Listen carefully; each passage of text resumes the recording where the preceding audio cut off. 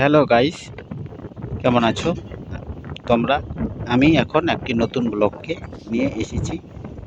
এখন আমি আমাদের গ্রামের পরিবেশটা তোমাদেরকে দেখাচ্ছি, যে দেখো গ্রামের পরিবেশ কীরকম হয়। আর এখন যাব সকালবেলা একটু মানে মর্নিং করতে। দেখো আমাদের গ্রামে কীরকম আমাদের গ্রাম, আর গ্রামের রাস্তাটা কীরকম। দেখো রাস্তার পাশে কলা গাছ, গরু বাছুর, মানে ধান, নানান রকমের রাস্তায়। আর এই রাস্তা হচ্ছে ঢালাইয়ের রাস্তা।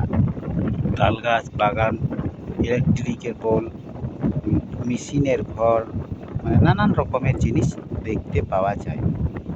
আর আমরা এসেছি গ্রামের রাস্তা, ঢালাইয়ের রাস্তা। এই রাস্তা সকালবেলা আমরা মর্নিং করতে এসেছি।